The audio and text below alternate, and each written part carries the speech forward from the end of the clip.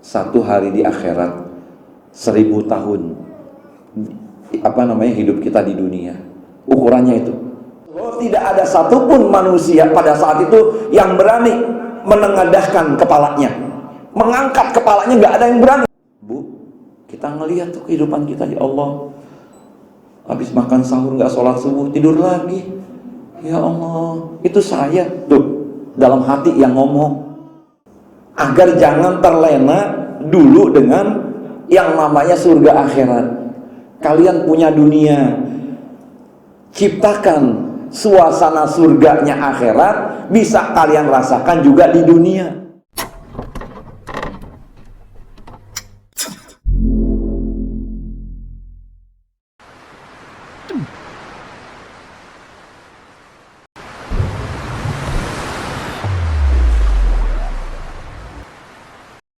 Hayya 'alal falah.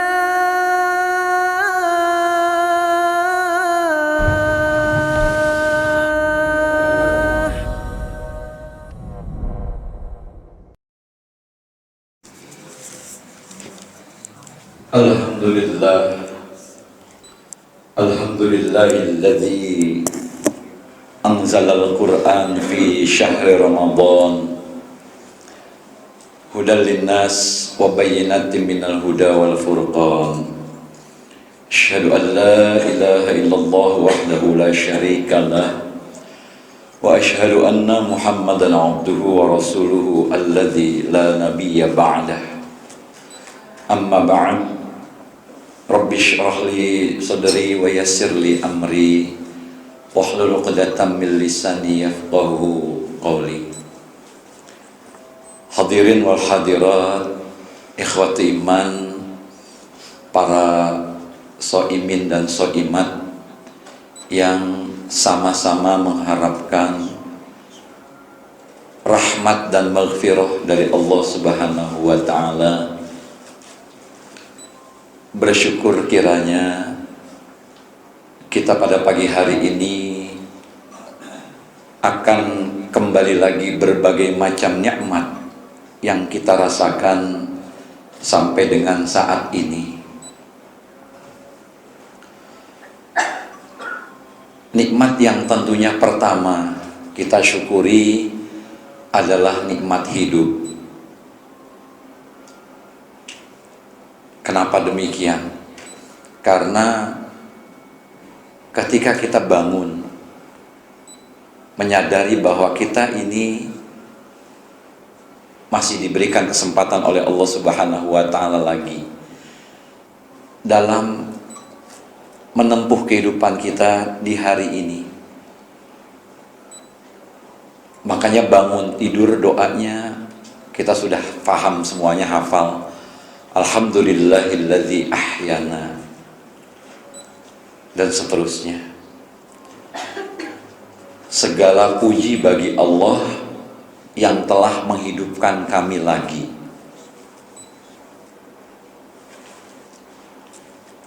Jadi karena Allah memberikan hidup kita lagi pagi hari ini, maka beberapa aktivitas di pagi hari ini, baik yang sudah lewat maupun yang sedang kita lakukan, ini bisa terlaksana.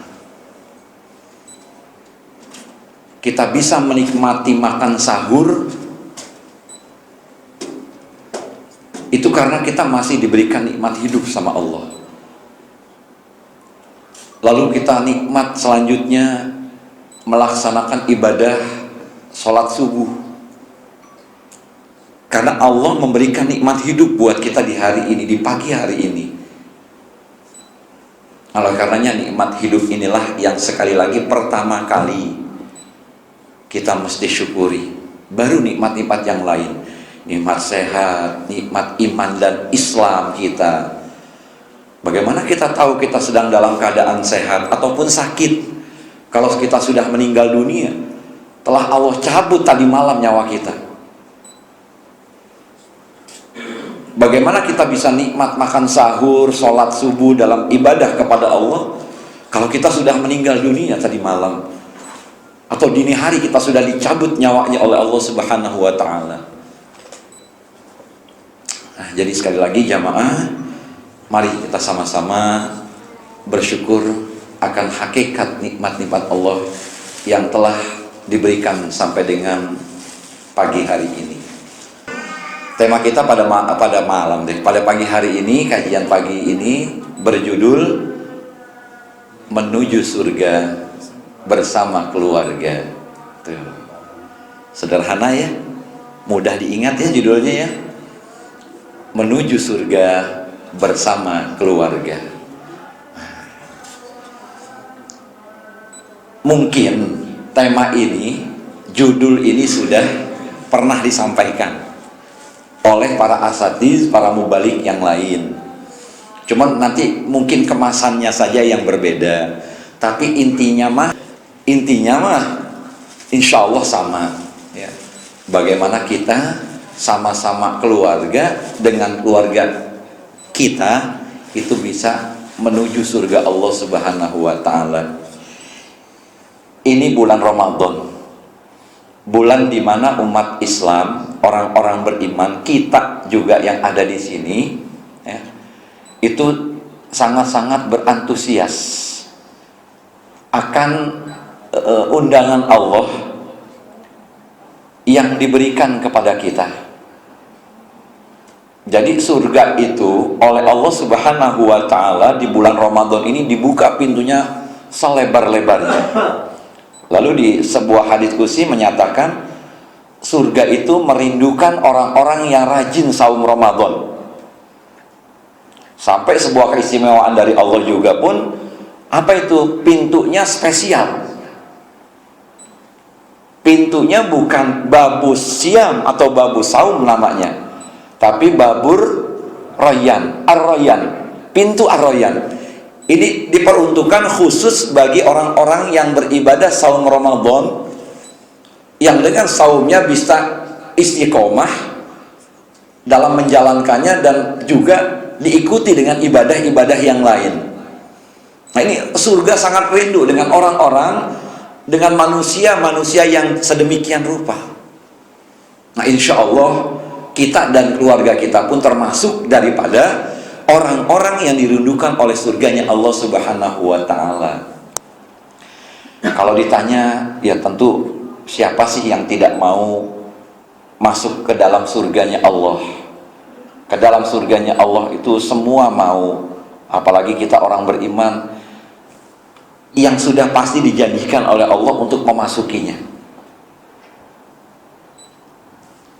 Tapi kan jadi pertanyaan, sendirikah kita di surga? Bagaimana keluarga kita? Bagaimana ayah bunda kita, orang tua kita, pasangan kita, istri, suami, termasuk pun anak-anak kita? Bagaimana nasib mereka? Tentunya setelah kita tiada, setelah kita meninggal dunia, berada di alam barzah, maka itu yang kita khawatirkan. Nah, dari judul kita coba bahas menuju surga. Jadi ada target di sini.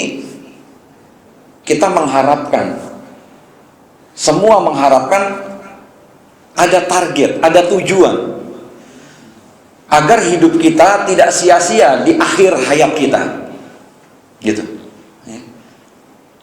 Jadi dengan kata menuju ini ada tujuan, ada target yang kita sama-sama coba bangun, sama-sama kita coba untuk realisasi nantinya, yang nanti kita bisa wujudkan. Dan sesuatu yang wujud ini adalah sebuah yang hakiki, yang sebenarnya. Karena bagi kita dan keluarga kita, orang-orang beriman, itu tujuannya bukan kehidupan dunia, bukan untuk mencari semata-mata kenikmatan dunia, bahkan menjadikan tujuan akhir hidupnya di dunia, bukan. Tapi bagaimana orang-orang beriman dengan keluarganya itu punya tujuan yang pasti, yang hakiki, di mana ujung dari perjalanan hidup manusia tatkala selesai meninggalkan dunia ini, itu endingnya tuh happy ending, akhir yang bahagia. Di mana? Di surga. Nah, jadi target kita sudah jelas di dalam hidup ini. Tujuan kita dari akhir kehidupan kita sudah pasti bagi orang-orang beriman dan keluarganya. Apa itu? Surga. Surga bahasa Arabnya jannah, yang artinya kebun atau taman. Kalau bapak, ibu hadirin wal hadirat itu masuk ke kebun, masuk ke taman, rasanya nikmat sekali ya. Nyaman kita di sana, tenang kita di sana, teduh rasanya, damai rasanya. Itu yang nanti Allah Subhanahu wa Ta'ala berikan kepada kita tatkala kita sudah memasuki surganya Allah. Jadi Allah menjamin bahwa orang-orang yang masuk ke dalam surganya kelak nanti adalah orang yang mendapatkan kenyamanan, keamanan, ketenangan, kedamaian, dan tentunya kebahagiaan. Udah pasti nih ya. Tidak ada lagi kegelisahan, kekhawatiran, ketakutan. Kenapa? Karena ini sudah Allah jamin di dalam surga. Nah, oleh karena itu hadirin wal hadirat, ikhwati iman, para soimin, soimat yang berbahagia dan insya Allah dimuliakan Allah Subhanahu wa Ta'ala, ini jangan sampai kita lupakan, jangan sampai kita lalaikan bahwa surga Allah ini senantiasa kita nantikan untuk kita masuki bersama. Nah, kemudian tentunya keluarga yang bagaimana yang Allah Subhanahu wa Ta'ala masukkan ke dalam surganya. Atau sebelum itu, tidak adakah surga di dunia? Nah, ini pertanyaan. Tidak adakah surga yang bisa Allah ciptakan di dunia ini untuk kita orang-orang beriman dan keluarga? Jawabannya ada. Seperti ungkapan Rasulullah. Tentu sudah tahu jamaah, apa ungkapan beliau yang sederhana? Baiti jannati. Jadi kalau ditanya, apakah Allah Subhanahu wa Ta'ala bisa menciptakan surga di dunia? Bisa. Kenapa tidak? Itulah yang Allah Subhanahu wa Ta'ala berikan kepada baginda Rasulullah SAW, sehingga dengan kalimat tadi kita dibimbing, dengan ungkapan dari lisan Rasulullah yang mulia itu kita dibimbing, diarahkan, baiti jannati, rumahku surgaku, rumahku adalah surgaku bersama keluargaku. Nah, ini bimbingan sebenarnya. Jadi bukan sekedar semboyan, bukan sekedar ungkapan manis belaka, bukan. Ini bimbingan Rasulullah. Nah, kita bisa nggak menggunakan akal sehat nih tuh kalau kita bisa meminjam kata yang kemarin-kemarin sempat booming ya, sempat rame gitu ya. Nah, mampu nggak kita sebagai orang beriman menggunakan akal sehat kita dengan kata-kata yang Rasulullah sampaikan tadi?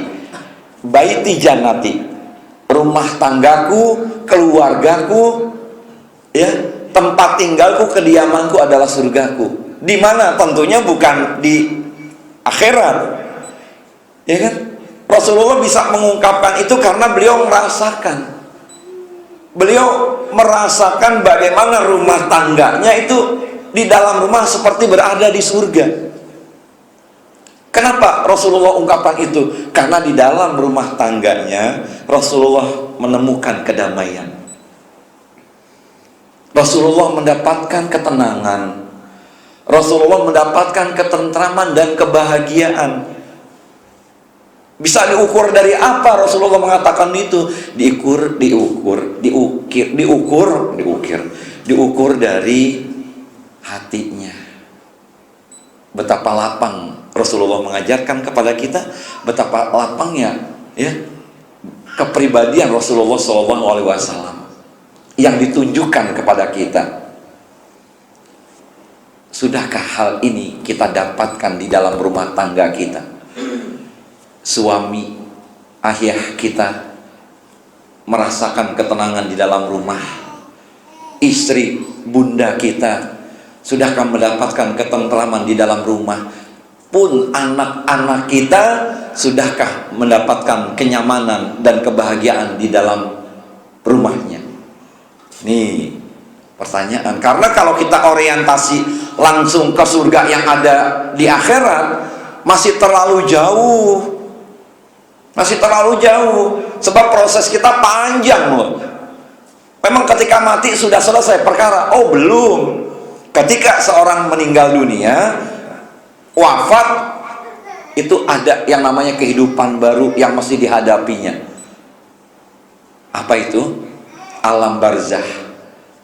Nanti Allah minta pertanggungjawaban dari kita ya, atas apa yang kita amalkan, yang kita usahakan, yang kita kerjakan dulu waktu hidup di dunia. Kemudian dibangkitkan yaumul ba'as oleh Allah. Ada yang namanya yaumul ba'as, hari berbangkit. Kita dibangkitkan, semua manusia akan dibangkitkan oleh Allah. Dikumpulkan yang disebut dengan padang mahsyar, yaumil mahsyar, hari dikumpulkannya manusia. Kemudian proses selanjutnya apa? Yaumul hisab, hari perhitungan. Dibayangkan satu hari di akhirat 1000 tahun hidup kita di dunia. Ukurannya itu semua manusia dibangkitkan oleh Allah dalam keadaan semuanya berdiri, tidak disediakan sama Allah kursi. Ya Allah capek sediain kursi, nggak ada. Ya Allah haus nih, enggak, semua mencekam saat itu. Bisa dibayangkan jamaah hadirin wal hadirat, para soimin soimat, bisa dibayangkan pada saat itu semua manusia dalam keadaan mencekam, takut sekali kepada Allah Subhanahu wa Ta'ala. Sehingga kata Rasulullah, tidak ada satupun manusia pada saat itu yang berani menengadahkan kepalanya, mengangkat kepalanya, nggak ada yang berani.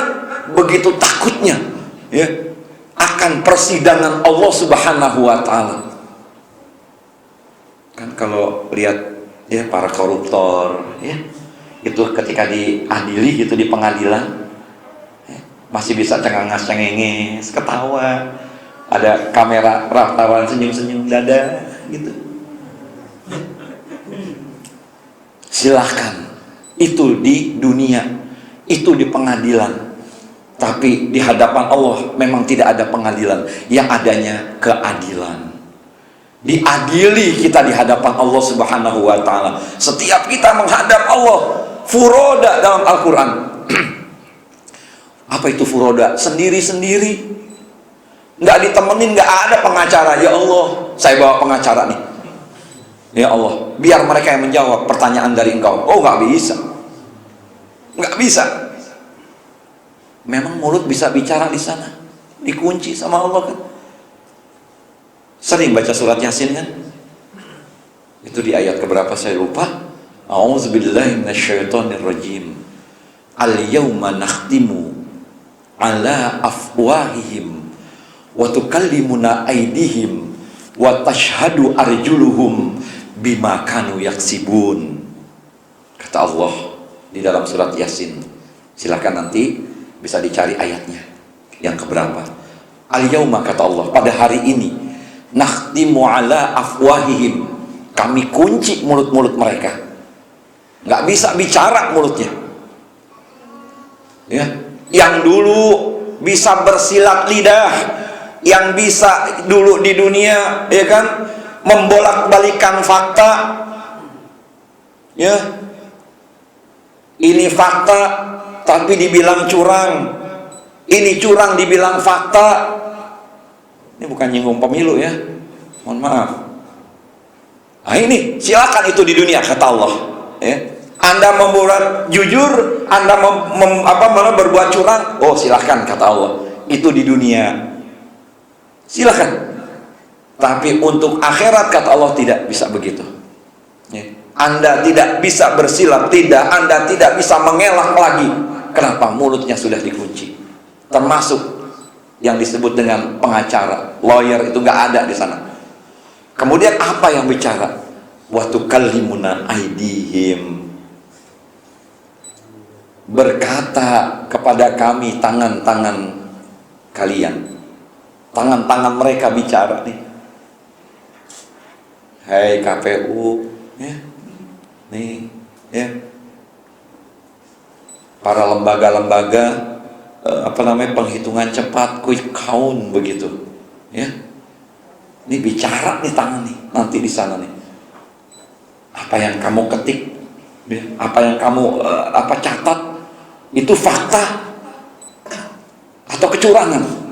Nih kalimat tangan ini akan berucap, akan bicara nih, jangan macam-macam. Hai koruptor, engkau mengelak bu, oh tidak, saya tidak menerima dana ini, dana itu, saya tidak mengkorupsi dana dan sebagainya lah. Tapi nanti, ya, ini tangan akan bicara di hadapan Allah dan semua orang tahu. Lalu apa? Wa tashhadu arjuluhum, ini kaki jadi saksi. Benar ya Allah, aku menyaksikan yang ngomong dia. Kedua kaki ini bicara, ini benar ya Allah. Tangan itu berlaku ini, berbuat ini, melakukan ini. Kaki menjadi saksi. Lalu lanjut dengan apa hadirin wal hadirat? Lanjut dengan layar lebar. Jamaah, Allah pertontonkan kita. Allah putar kembali kehidupan kita. Nih buktinya. Tangan kamu bicara, kaki kamu jadi saksi. Nih sekarang faktanya. Lihat layar kehidupan kamu dulu di dunia. Engkau mengambil hak rakyat, engkau mengambil keuntungan dari rakyat, engkau menindas rakyat, engkau berbuat curang di hadapan rakyat, sekalipun rakyat itu memang tidak tahu. Tapi ini buktinya. Jadi Pak, Bu, kita ngelihat tuh kehidupan kita, ya Allah, habis makan sahur nggak sholat subuh, tidur lagi. Ya Allah, itu saya tuh dalam hati yang ngomong. Karena kan banyak saudara kita puasa tapi nggak kuat sholat subuh, padahal cuma 2 rakaat. Sahur, bangun, rajin, getol, semangat. Karena urusan dunia biasanya orang lebih semangat dari urusan akhirat. Sahur walaupun ibadah tapi makan, ayo tuh, ya, makan masalahnya, perut dunia. Ya. Tapi kalau yang namanya ibadah yang nggak ada urusan perut, ya, itu kadang-kadang jadi sebuah pilihan. Ngelakuin nggak ya? Sholat subuh. Itu nanti akan Allah Subhanahu wa Ta'ala putarkan lagi. Ngeri kita, ya Allah, takut kita. Baik, kita kembali, jamaah, kita kembali. Nah, oleh karenanya Allah Subhanahu wa Ta'ala tentunya mengarahkan kita, Rasulullah membimbing kita agar jangan terlena dulu dengan yang namanya surga akhirat. Kalian punya dunia, ciptakan suasana surganya akhirat, bisa kalian rasakan juga di dunia. Kan begitu. Makanya direduksi tuh Pak. Apa itu direduksi itu? Di kopi gitu Pak, di fotokopi oleh siapa? Oleh orang-orang yang punya duit untuk membuat sebuah karya di mana diciptakan di satu lingkungan, tempat tinggal yang sedemikian rupa mirip seperti surga. Jannatin tajri min tahtihal anhar, ada sungai-sungai yang mengalir. Itu diciptakan tuh Pak, ya, orang-orang berduit, ya, orang-orang konglomerat yang melek. Kenapa demikian? Yang namanya manusia pasti butuh tempat tinggal, butuh rumah, ya, yang penuh dengan kenyamanan lingkungannya. Maka coba ya kalau boleh kita lihat kota terbaru katanya, bukan Jakarta tapi Maikarta. Lihat tuh, ya, diciptakan sedemikian rupa, Pak, ya, supaya warga yang beli rumah di sana, kediaman di sana nyaman mereka. Nggak usah keluar kota Meikarta lagi. Kenapa? Fasilitas sudah disediakan, sudah nyaman, adem. Lihat tuh, ya, pepohonan diciptakan, ya, dibuat serindang mungkin, ya. Jadi merasa gembira, merasa bahagia di sana, tuh, ya. Merasa aman di sana, nih, ya, direduksi jadinya. Nah, bagaimana juga dalam kehidupan rumah tangga kita? Bisakah kita mereduksi segala ketentraman, kenyamanan, dan kebahagiaan di alam surga akhirat di dalam rumah tangga kita? Bisa tidak? Makanya kan tadi ukurannya bukan apa-apa, melainkan ukurannya kelapangan hati, kelapangan jiwa kita. Kalau ukurannya surga dalam rumah tangga kita itu adalah harta, Rasulullah Shallallahu Alaihi Wasallam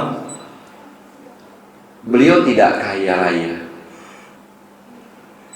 Nabi Allah Muhammad Shallallahu Alaihi Wasallam beliau tidak kaya raya. Apa yang dia miliki, beliau miliki di rumah tangganya, di dalam rumahnya apa? Atau lihat rumahnya sebelah masjid, ya, ukurannya sangat sederhana, biasa-biasa saja, tidak mewah, tidak seperti gedung, apalagi seperti istana, biasa saja. Tapi kok Rasulullah merasakan yang namanya surga ada dalam rumah tangganya, dalam keluarganya tuh ada surga. Tuh, berarti kan bukan ukurannya kaya. Akhirnya begini jamaah, banyak orang kaya yang ternyata, apa istilah kita tuh nyebutnya, broken home. Apa itu broken home? Rumah tangga yang berantakan, rumah tangga yang hancur. Tuh. Miskin dia, melarat dia, mohon maaf, fakir dia, oh tidak, segalanya dia punya.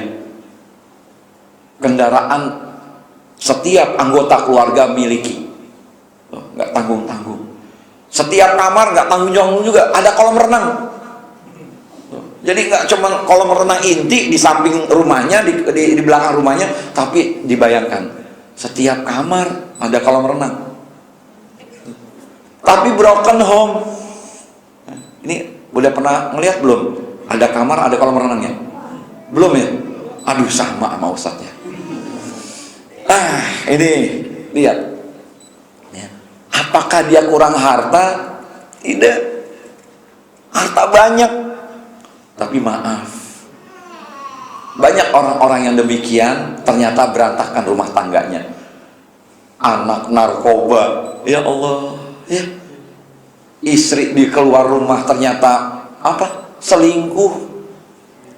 Bagaimana tidak selingkuh? Suaminya sibuk cari uang, tuh, ya, dengan bisnisnya, dengan usahanya, lupa akan tanggung jawabnya terhadap keluarga. Bahwa keluarga bukan hanya butuh materi, tapi kebutuhan batiniah juga dibutuhkan. Apa itu kebutuhan batiniah? Kasih sayang dan perhatian. Ya. Jadi bukan semata harta, bukan semata uang, bukan semata materi yang didambakan oleh anak dan istri kita, Bapak. Boleh tanya istri-istri yang ada di belakang nih, ya. Hakikat kebahagiaan tidak diukur dari harta, tapi diukur dari hati. Ada tidak perhatian untuk keluarga? Ada tidak kasih sayang yang diberikan untuk keluarga? Sebab apa? Di dalam surga, di akhirat pun sama. Perhatian Allah, termasuk kasih sayang Allah diberikan. kebahagiaan terbesar kita di surga apa? Ketika kita bisa melihat Allah secara langsung, zatnya Allah. Nih. Itu tidak ada kenikmatan ya yang kita dambakan di surga kecuali Allah Subhanahu wa taala kita bisa melihatnya langsung. Nah, sama. Ada sifat bosan. Sekali lagi, ada sifat jenuh manusia itu, Pak. Sama kayak kita. Kita dalam keluarga pun sama, ada sifat jenuhnya, ada sifat bosannya. Bagaimana bisa menghilangkan itu semua? Itu kita memberikan perhatian kepada mereka, memberikan kasih sayang orang tua kepada anak-anaknya, suami memberikan perhatian dan kasih sayang kepada istri, istri pun sama, memberikan kasih sayang dan perhatian kepada suaminya, agar tercipta suasana yang diharapkan, bahagia ini ya. واعتصموا بحبل الله واعتصموا بحبل الله جميعا ولا تفرقوا